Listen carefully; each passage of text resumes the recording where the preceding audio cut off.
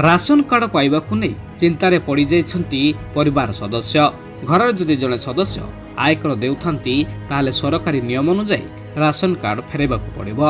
उक्त कार्ड रे संपृक्त थिबा घरर अन्य सदस्य माने करिवे कोन, केमिति पाइबे राशन कार्ड?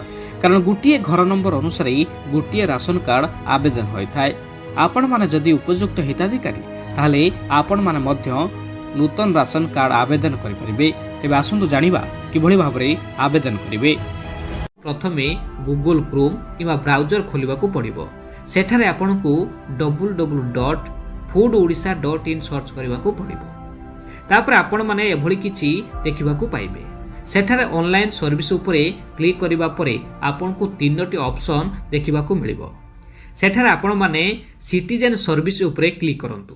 तापर आपनकू एभଳି किछि शो करिबो। आपनकू एटी दुईटी ऑप्शन देखैबो। प्रथम कथा हला जे NFSA या नेशनल कार्ड एवं जो डाहाण पटे रहिछि SFSS एटा होछि स्टेट कार्ड। यदि आपण माने स्टेट कार्ड आवेदन करियो पई चाहुचंती ताहले अप्लाई न्यू कार्ड उपरे क्लिक करंतु। आसीबा परे आपनकू आपनकर जिला देबाकू पड़िबो। तापर आपण ब्लॉक देबे, जीपी देबे, विलेज देबे। यदि आपनकर घरर प्लॉट नंबर अछि ताले एटी आपण प्लॉट नंबर देबाकू पड़िबो। तापर आपनकर रहिछि पिन कोड। पिन कोड देबा परे आपनकू एठी बेनिफिशियरी डिटेल्स देबाकू पड़िबो। तांकर एठी नाम लिखि पारिबे एवं ता सहित आपण प्रथमे इंग्लिश रे लिखिबे। ता तळुक रहिछि उड़िया रे आपनकू लिखिबाकू पड़िबो। तापर हला जेंडर, एठी जेंडर आपनकर देबाकू पड़िबो। तापर डेट ऑफ बर्थ,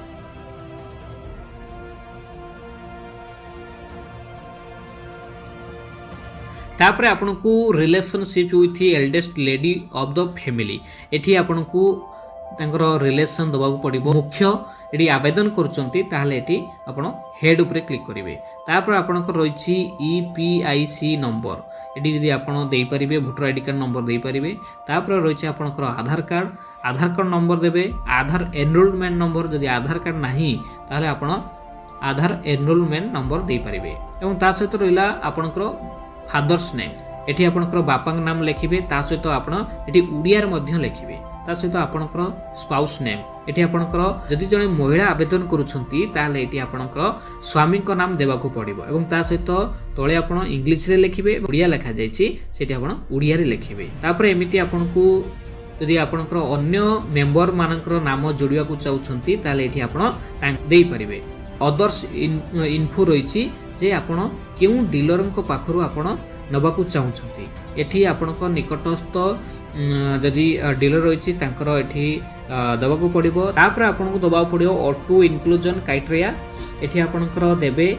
जदि आपनकर एठी जो ऑप्शन गुडा रहिछि आपण एई ऑप्शन मध्यरु आपण जोटा आपनको पई उपयुक्त सेटा आपण सिलेक्ट करिवे।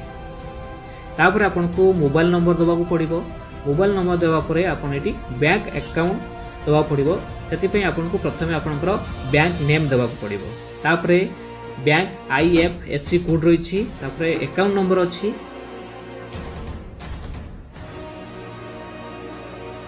तापरे एटा आपनकर अकाउंट होल्डर्स नेम रहिछि।